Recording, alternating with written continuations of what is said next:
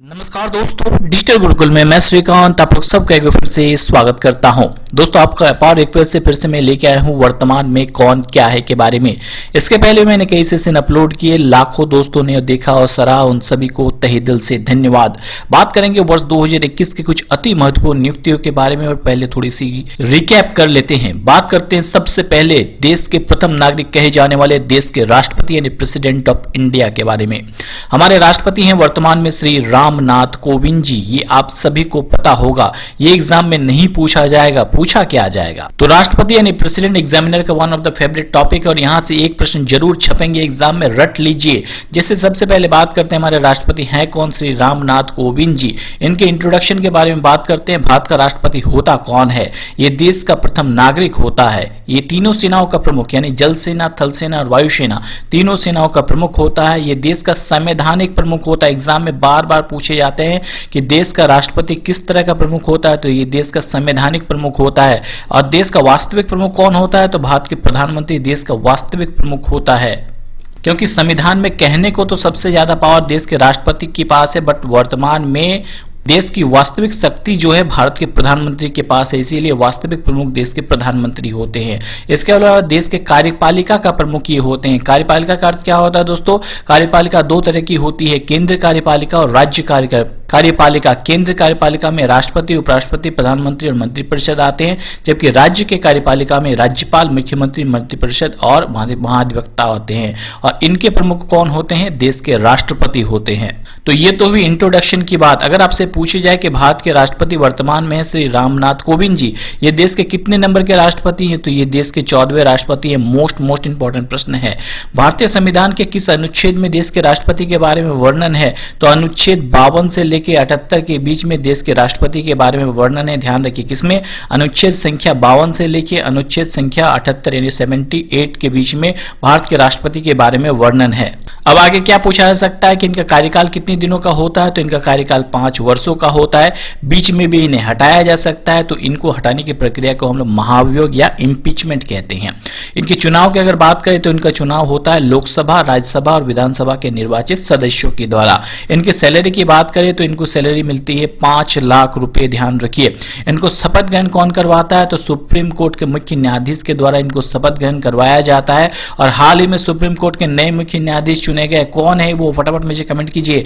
आगे हम लोग बात करेंगे वर्ष 2021 में सुप्रीम कोर्ट के नए मुख्य न्यायाधीश किसे चुना गया है। मोस्ट इंपॉर्टेंट प्रश्न है। इसके अलावा बात करते हैं देश के राष्ट्रपति के बारे में, तो भारत के प्रथम राष्ट्रपति थे श्री राजेंद्र प्रसाद जी। आप सभी को पता होगा। और उनको भारत रत्न कब दिया गया था? 1962 को इनको भारत रत्न दिया गया था। अब इन सब बातों को सुनकर आपके मन में थोड़ी सी लालच आती होगी कि सर 5 लाख रुपए सैलरी, इतनी सारी फैसिलिटीज और काम करने को तो कुछ भी नहीं है। काम तो सारे भारत के प्रधानमंत्री ही कहते हैं। कुछ उद्घाटन करना होता है, माल्यार्पण करना होता है तो देश के राष्ट्रपति करते हैं। तो मुझे भी देश का राष्ट्रपति बनना है, तो राष्ट्रपति बनने के लिए एलिजिबिलिटी क्या चाहिए? तो देश के राष्ट्रपति होने के लिए कुछ नहीं, आपको भारत का नागरिक होना चाहिए। मिनिमम आपकी एज 35 वर्ष होनी चाहिए, या नहीं है तो थोड़ी सी वेट कीजिए, आप भी बन सकते हैं। और संसद का निर्वाचित सदस्य होना चाहिए, या तो उपरोक्त सभी जो है एलिजिबिलिटी उनके पास होनी चाहिए, तभी ये देश के राष्ट्रपति बनेंगे। रिसेंटली के एग्जाम में थोड़ी सी अनकॉमन एक प्रश्न पूछ लिया गया, वो भी आपको डिस्कस कर लेते हैं। जिसे पूछ लिया गया भारत के राष्ट्रपति श्री रामनाथ कोविंद जी के पिता का नाम क्या था? तो उनके पिता का नाम श्री मैकूलाल था और माता का नाम श्रीमती कला देवी था। और वो किस क्षेत्र से उनका संबंध है? तो उत्तर प्रदेश से उनका संबंध है। ध्यान रखिए। तो ये तो हुई राष्ट्रपति की बात। अब मान लीजिए राष्ट्रपति कभी एब्सेंट हो, राष्ट्रपति की तबीयत खराब हो या राष्ट्रपति किसी कारण से ना हो, तो उस कंडीशन में देश के उपराष्ट्रपति देश को संभालते हैं। उपराष्ट्रपति यानी वाइस प्रेसिडेंट जिसे कहते हैं। ये भी one of the favourite important topic है। उपराष्ट्रपति हमारे कौन है? श्री एम वेंकैया नायडू जी हमारे उपराष्ट्रपति हैं। अब देश का सर्वोच्च संवैधानिक पद तो हो गए भारत का उपराष्ट्रपति।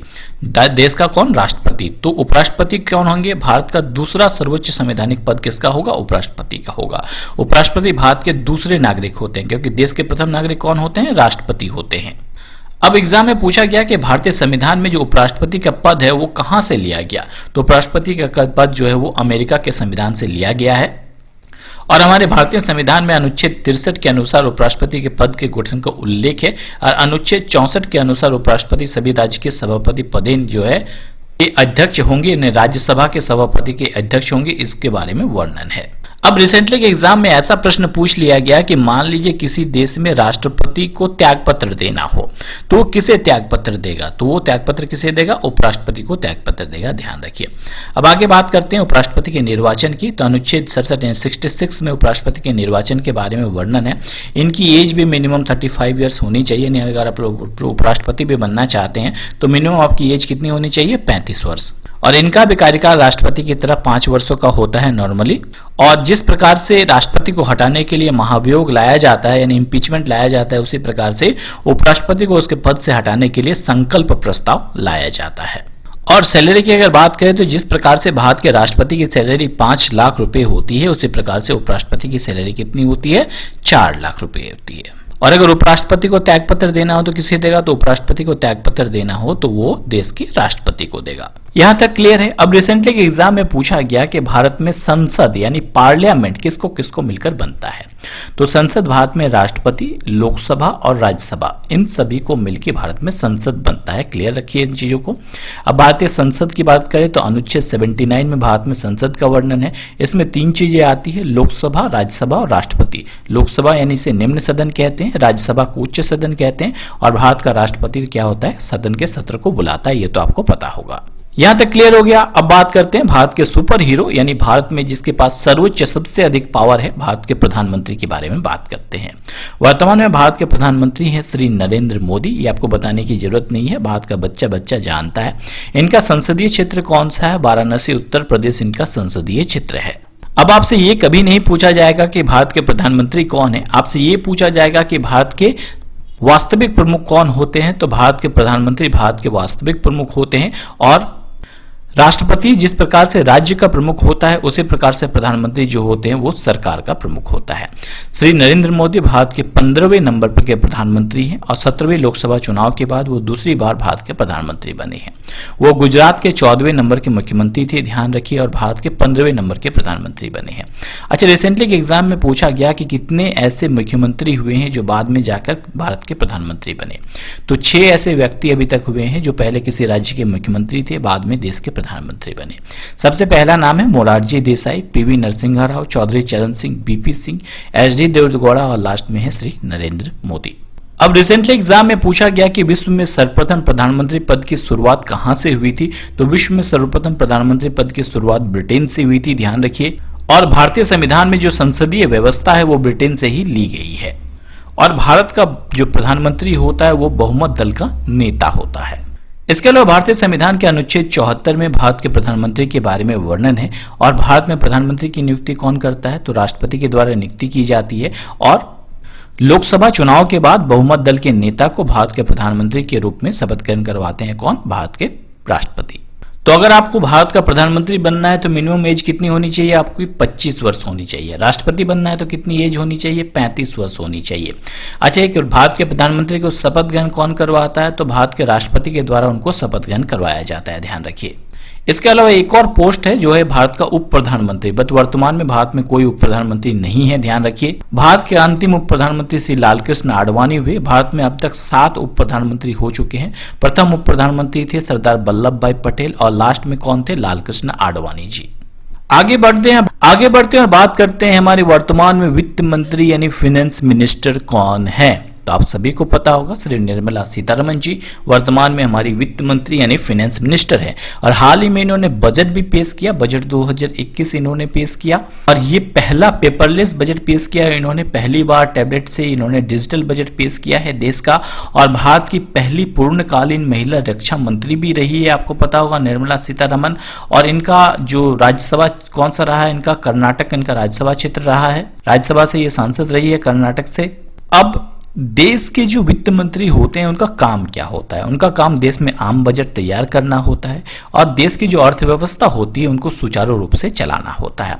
रिसेंट एग्जाम में पूछा गया कि देश के पहले वित्त मंत्री कौन थे, तो लियाकत अली खान देश के पहले वित्त मंत्री थे। 22वें नंबर के वित्त मंत्री पीयूष गोयल जी थे और 23वें नंबर की वित्त मंत्री बनी है कौन, निर्मला सीतारमण। अब आगे बढ़ते हैं, बात करते हैं होम मिनिस्टर यानी गृह मंत्रालय किनके पास है। तो गृह मंत्रालय है श्री अमित शाह जी। चर्चे में रहते हैं हमेशा, चुनाव जहां जहां होते हैं वहां अमित शाह की बात ना हो, ऐसा हो नहीं सकता है। अमित शाह जी की बात करते हैं, इनका काम होता है गृह मंत्रालय। तो गृह मंत्रालय का काम क्या होता है? भारत की जो आंतरिक सुरक्षा के संबंधित विषयों को ये देखते हैं अमित शाह जी। गांधीनगर गुजरात जो है इनका संसदीय क्षेत्र है, ध्यान रखिए। और अगर पूछा यह भारत के कितने नंबर के गृह मंत्री बने हैं, तो भारत के 29वें नंबर के गृह मंत्री बने हैं। भारत के पहले गृह मंत्री थे सरदार वल्लभ भाई पटेल जी। आगे बात करते हैं देश के डिफेंस की। भारत हमारे डिफेंस मिनिस्ट्री यानी रक्षा मंत्री कौन है? तो श्री राजनाथ सिंह जी हमारे अभी वर्तमान में डिफेंस मिनिस्टर है। ये भारत के 27वें नंबर के डिफेंस मिनिस्टर है। इनका संसदीय क्षेत्र लखनऊ उत्तर प्रदेश है और भारत की रक्षा तथा आंतरिक सुरक्षा बनाए रखने का काम होता है डिफेंस मिनिस्टर का। भारत के पहले डिफेंस मिनिस्टर थे बलदेव सिंह जी। 26वें नंबर के डिफेंस मिनिस्टर बनी निर्मला सीतारमन, जो कि भारत की पहली पूर्ण महिला जो है पूर्णकालीन डिफेंस मिनिस्टर बनी थी। और 27वें नंबर के डिफेंस मिनिस्टर बने हैं राजनाथ सिंह जी। आगे बढ़ते हैं, बात करते हैं महान्यायवादी, मोस्ट इंपॉर्टेंट, बार बार पूछा जाता है महान्यायवादी यानी अटॉर्नी जनरल कौन है? तो हमारे अटॉर्नी जनरल है के वेणुगोपाल जी, बहुत ही इंपॉर्टेंट है, ध्यान रखिए।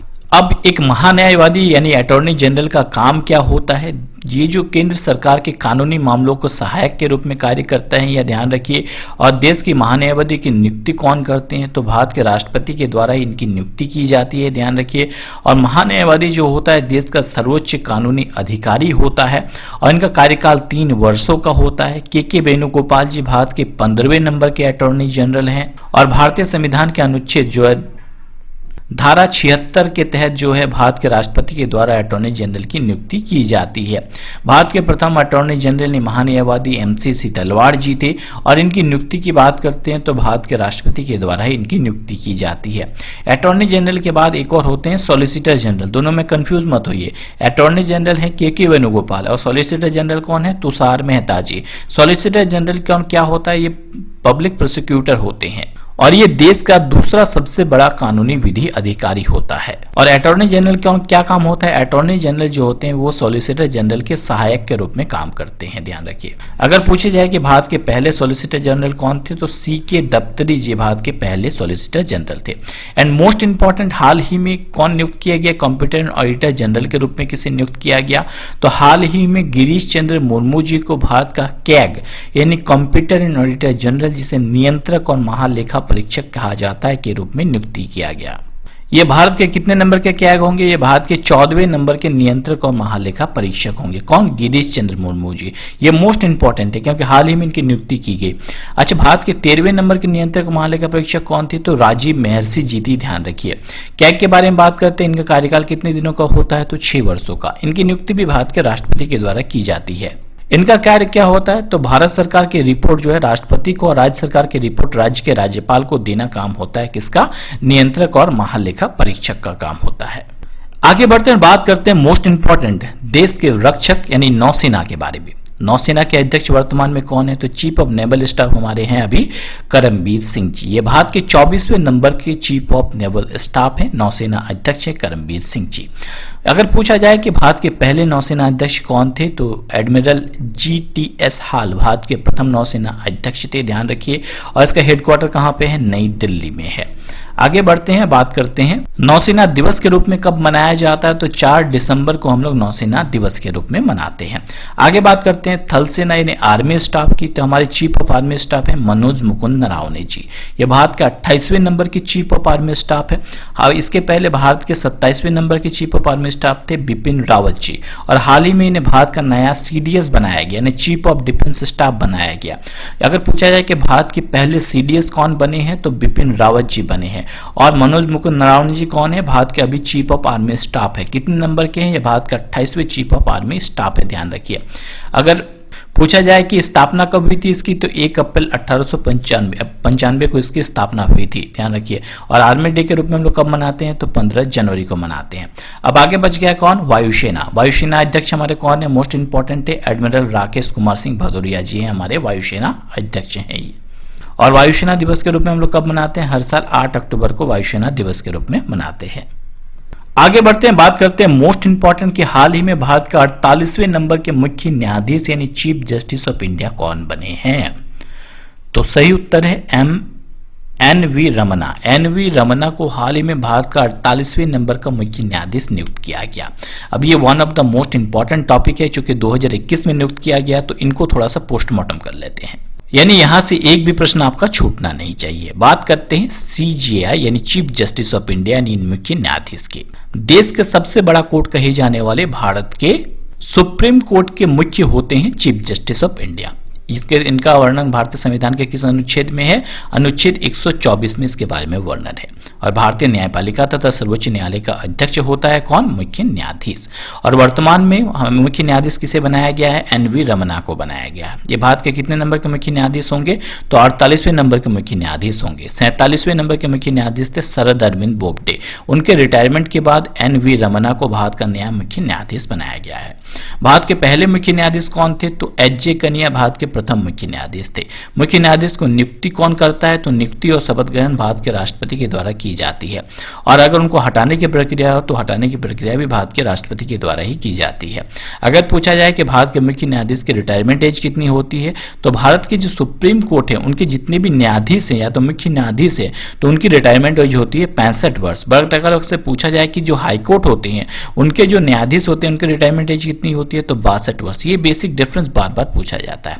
सुप्रीम कोर्ट का गठन कब हुआ था? तो 28 जनवरी 1950 को भारत में सुप्रीम कोर्ट का गठन हुआ था।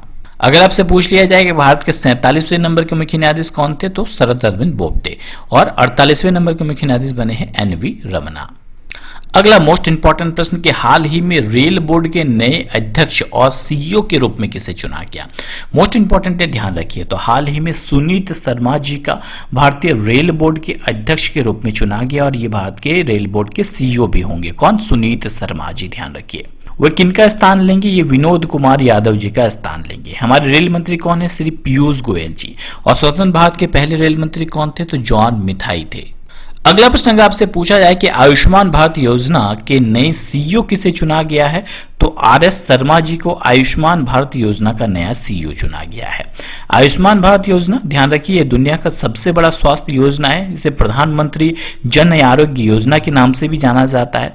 इसकी शुरुआत की अगर बात करें तो 1 अप्रैल 2018 को इसकी शुरुआत हुई थी और प्रधानमंत्री श्री नरेंद्र मोदी ने झारखंड की राजधानी रांची से इसकी शुरुआत की थी। सो मोस्ट इंपॉर्टेंट है, ध्यान रखिए। आगे बात करते हैं, हाल ही में UIDAI के नए सीईओ कौन बने हैं? क्या होता है UIDAI, बात करेंगे, पर पहले बात कर लेते हैं इसके नए सीईओ कौन बने हैं। तो सौरभ गर्ग जी को UIDAI का नया सीईओ बनाया गया। UIDAI की बात करते हैं, इसका फुल फॉर्म है unique identification authority of India, यानी भारतीय विशिष्ट पहचान प्राधिकरण। मोटे तौर पे समझिए, आप जो आधार कार्ड आपके पास है उसको इशू कौन करता है? उनको इशू करने का काम करती है ये UIDAI। इसकी स्थापना हुई थी 28 जनवरी 2009 को। इसका हेडक्वार्टर नई दिल्ली में है। अब आधार कार्ड में आपके पास जो आधार कार्ड है उसमें कितने डिजिट है, फटाफट बताइए दोस्तों। Very good. आधार कार्ड जो है आपके पास उसमें कुल 12 डिजिट होते हैं और आधार कार्ड जो है वो वर्ल्ड का लार्जेस्ट बायोमेट्रिक आईडी सिस्टम है। ये आधार कार्ड, ध्यान रखिए, एकमात्र ये क्या है, एक पहचान पत्र है, ना कि नागरिकता प्रमाण पत्र। नागरिकता प्रमाण पत्र हमारा कौन सा होता है? वोटर आईडी होता है। और आधार कार्ड क्या है? एक पहचान पत्र है आपका। अगला प्रश्न मोस्ट इंपॉर्टेंट हो सकता है क्योंकि हाल ही में उत्तराखंड के नए मुख्यमंत्री बने हैं। तो उत्तराखंड के नए मुख्यमंत्री कौन बने हैं? तो श्री तीरथ सिंह रावत जी उत्तराखंड के नए मुख्यमंत्री बने हैं।